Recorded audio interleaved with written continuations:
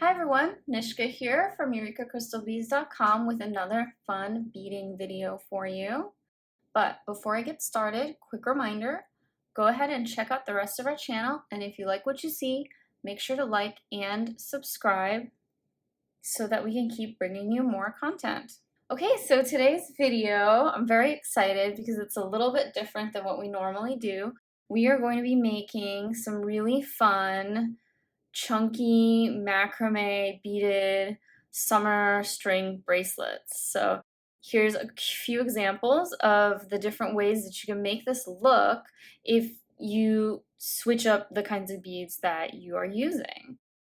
So this is just a few of these examples, and we're going to be using something that's relatively new to our website, this Brazilian waxed cord from Beadsmith called Not It is the brand, and these are so cool. I really enjoy working with these. You can get them in a single color like this one, or you can get them in this pre-color coordinated packet, which is so nice because the colors are already designed for you and you can do lots of fun stuff by mixing and matching the colors. And what I like about the wax Brazilian cord is the waxiness of the cord means that it's like kind of sticky, but like, you know, the way wax kind of sticks to itself. And that helps so much when you're doing macrame because you can get everything tighter and to hold together well while you're working on it. And the waxiness goes away as you work with it and as you wear it. If you are a minor, make sure you have an adult to supervise you for this part of the project. And I like to also use a macrame board. This is a cool little mini one. It's like about the size of a piece of paper.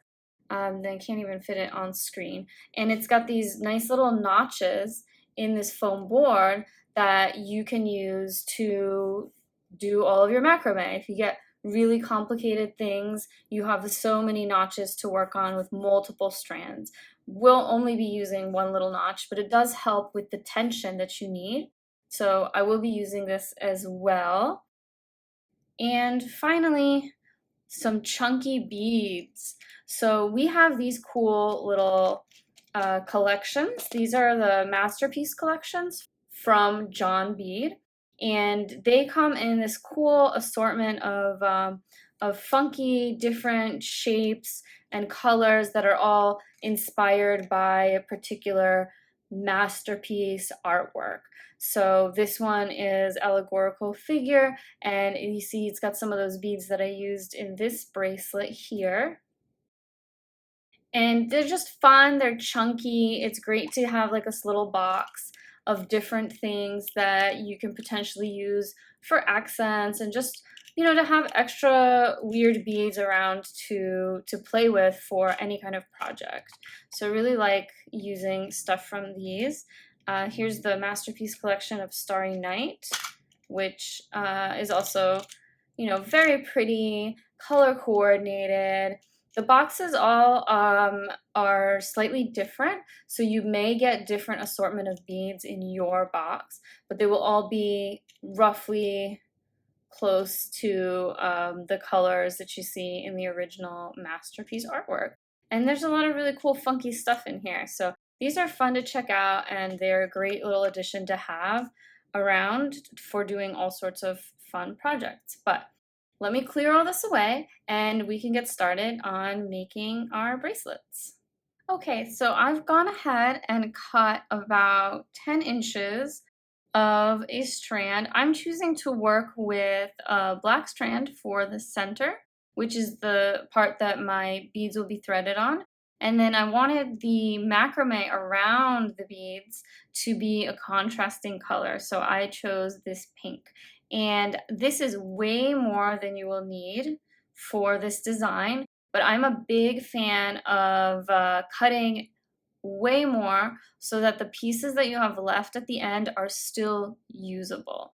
So this is about 2 feet, maybe just a little bit more than that. And you certainly won't need that much to complete the project, but I like to have leftovers that are usable lengths. So that's why I always cut way more than needed. So what you're going to do is you're going to take your 3 lengths of wax cord and you're going to take the shorter one into the middle. The reason the ones on the outside are longer than the one in the middle is because they're the ones doing all of the knotting. So they go around everything much more, so the length has to be longer. The one in the middle is going to be more or less the length of your full project. So what I'm going to do is I'm just going to take them all together at the top and make a knot to hold all of my pieces together.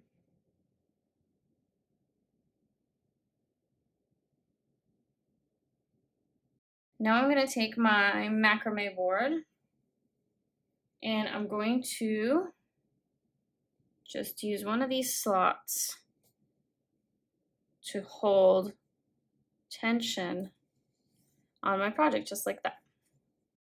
Now, because I'm using black here and the lines on the macrame board are also black, I'm going to actually slip in a white piece of paper underneath this so it's easier for you to see. When I'm working on this, it's not a problem, but I think sometimes on video it becomes a little bit difficult to see exactly what's going on. And if you're trying to learn macrame and you want to know what goes over and what goes under, it's better to have a white background so that you can actually see what I'm doing. So I'm going to do that for the rest of this project so it's easier for you. Okay, here we are. So what I've done is I've strung up the beads that I want to use in my bracelet already ahead of time. And I'm going to be using 5 of these black disco ball kind of glass beads, which I think will look really fun encased in the pink. And I have pulled the tension on my main strand all the way to the notches on the other side of the bead board so that it has a good strong tension as I'm working with it. So to begin, you're going to do a basic macrame knot. And the way you start is by taking your left side and creating a C over the center cord. Then you're going to take your right side and you're going to go over the cord you just brought over, and then you're going to feed it under the black and the pink where they cross over and through that loop. And so you're creating this knot on top of the black cord, just like that. And you are going to do the same on the other side in a mirror image. So backward C, cross over, under, and through. The only downside to having this extra long length is that it's a little more tedious to pull through. All right, and we are going to repeat this for a few lengths so that we can create the beginning of our bracelet, and then we'll start to incorporate the beads into it. So I'm going to do it again, and I'm going to do it in a close-up for you so you can really see granularly what I'm doing and what's happening here.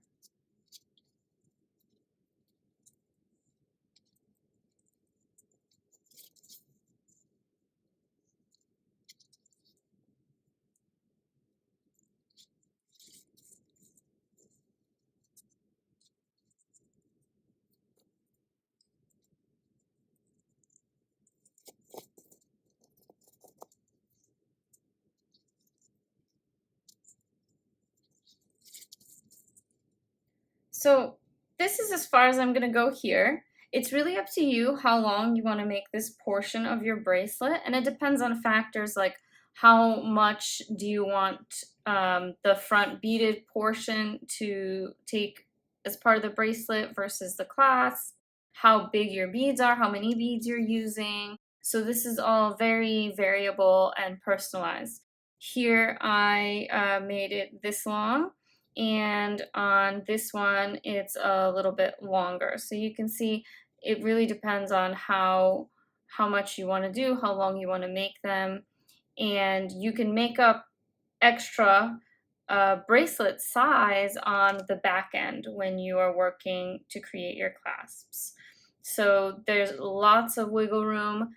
Definitely not a planning out and perfection-y kind of project. You just go with the flow and decide how you want it to be, and if it ends up too short, you can make your clasp longer, and if it ends up a bit too long or longer than you would like, you can always rescue that with a shorter clasp, or even making a knot closer in and then cutting off the pieces. So there's a lot of options here. No worries about messing something up because it wasn't perfect. So now I'm going to add my first bead. So I'm just going to slide it up. And now I will continue what I was doing, and that next knot is going to encase the bead. So like so.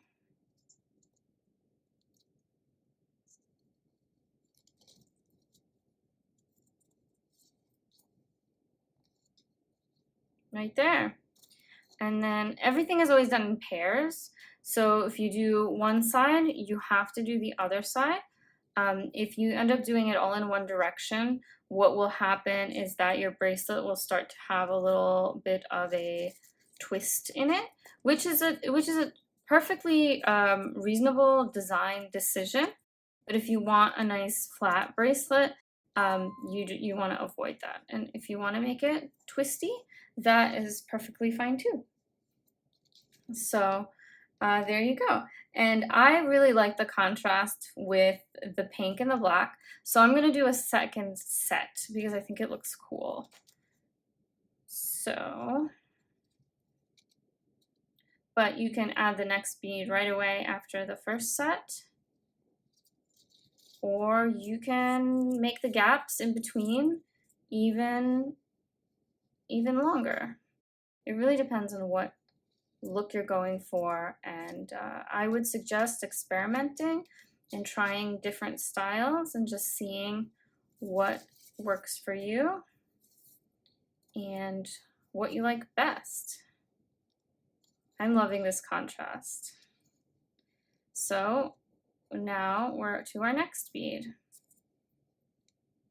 and we'll continue to do the same thing.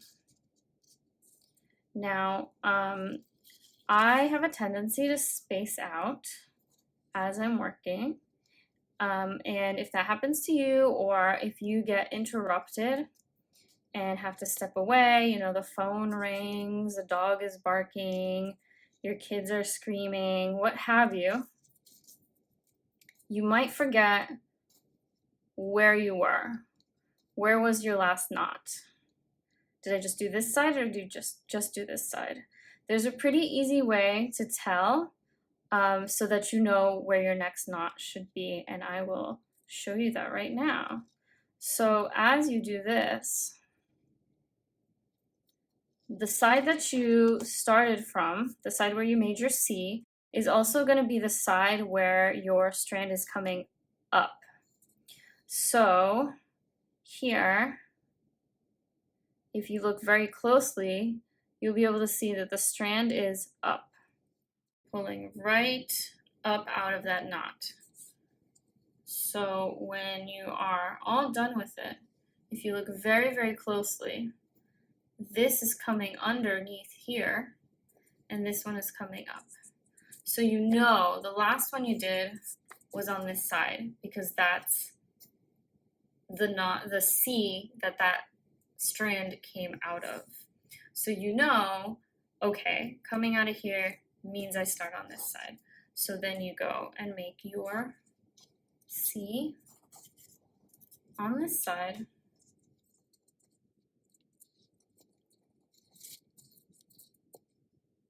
And again, here, if you look closely, this strand is up, and this is where your C just was. So Nice little hack for if you get stuck and confused and don't know what to do next. I always pay attention to this because it does happen to me pretty much every time I'm doing macrame. All right, so now we're on to our next bead. And you just keep doing this repetitive macrame knots until you're satisfied with the length of your bracelet. You want to remember how many knots you did at the beginning because you want to do the equal amount of knots at the end. And I'm going to keep working on this.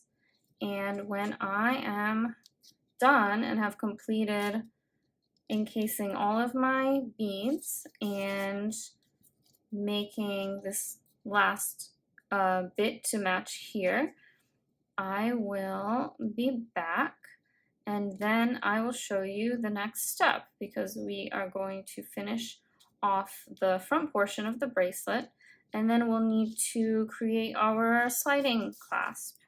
Okay, here I am all done with the front portion of my bracelet. So I'm just gonna take this off my macrame board and set that aside. And just like we did on this side, I'm going to tie a knot over here with my 3 strands. You see how much I have left? This is still usable, so I really like having all this extra pieces left. And even what's left of the black one is usable, and I'll show you how in just a moment.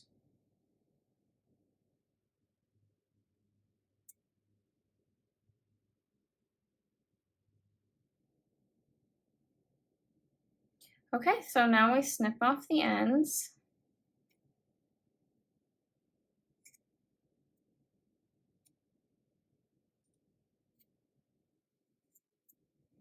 And here is where we use our lighter. We're going to gently melt the last pieces over here to seal it up. And we do that on both sides. And you can kind of help it turn into a little ball and try not to touch it for a few moments because it'll still be hot.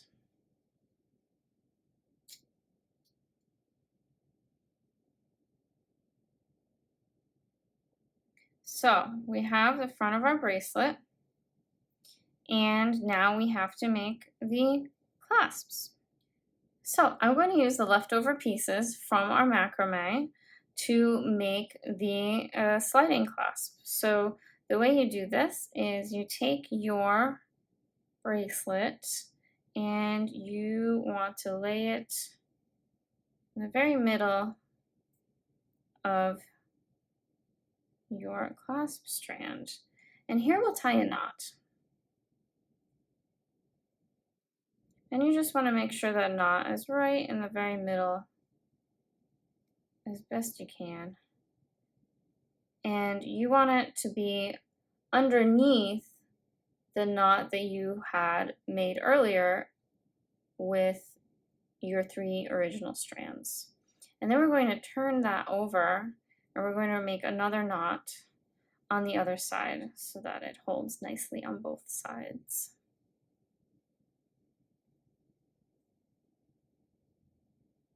Okay, so the next step to make this twisty strand doubly twisted is you're going to look closely at your strand and you're going to see that it has a spiraling direction.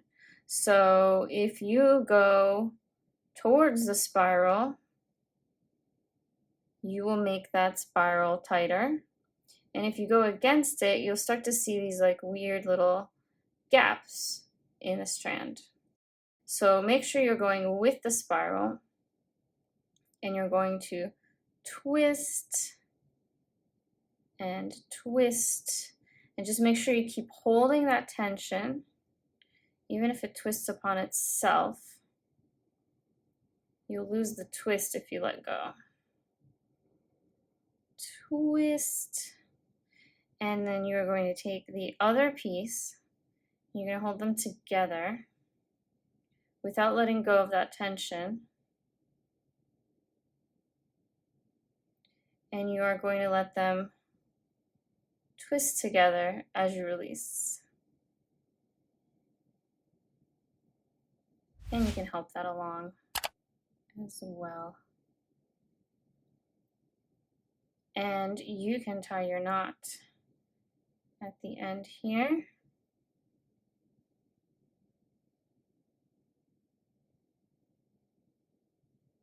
And I do have a lot left over, but this is about the length that I want for my bracelet. And we are going to do the same thing we did before by melting our edges after cutting our strands.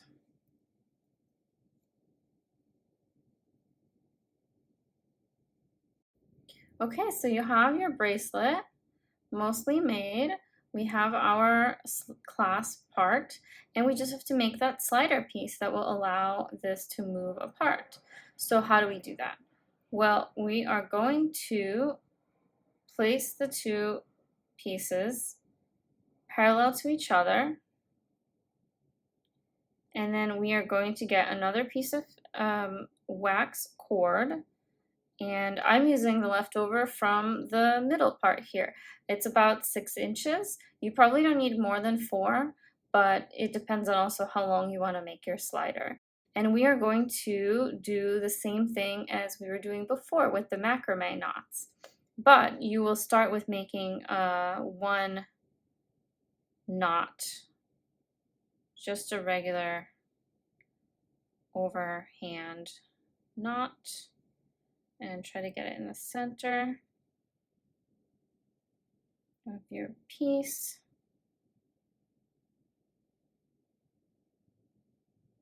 So you just tie a regular knot. And here we go.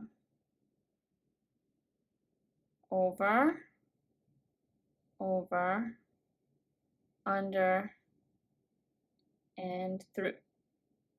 This is a little trickier because you don't have that tension, so you're going to have to help yourself a little bit and try to get that knot as close to that first knot as you can to make it nice and tight. And as you recall, always in pairs of 2. It does help to have slightly longer piece. So if you want to make it easier for yourself, you could choose a piece that's like 12 inches long to do this. But it's not necessary if you feel like you have a handle on it.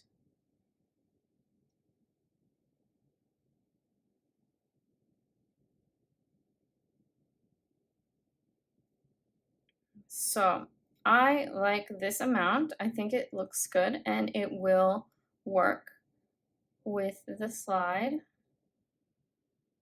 So I'm just going to trim these off now. You can continue make a much longer slide piece, but it's this is absolutely sufficient to work for our purposes. So we're going to just trim these off. And again, with our lighter, we will seal the ends. So here's how it looks.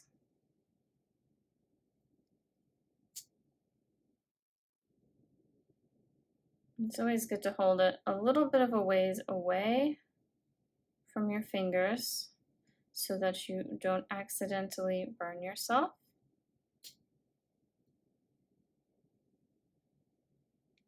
And voila! Your bracelet is complete. So here's my completed bracelet among my other string bracelets that I've been playing around with all summer long, which I will be back to show you guys how to make these guys. And you'll see the clasp is exactly the same on all of them. So this is a great, fun summer look. Stack as many as you want and create this really fun string jewelry with some fun chunky beads. So thanks for joining me, and you can find all of these supplies and more at eurekacrystalbeads.com. And again, go ahead and check out the rest of our channel, give us a like, leave a comment, and make sure you subscribe so you always know when we're posting new content. Bye!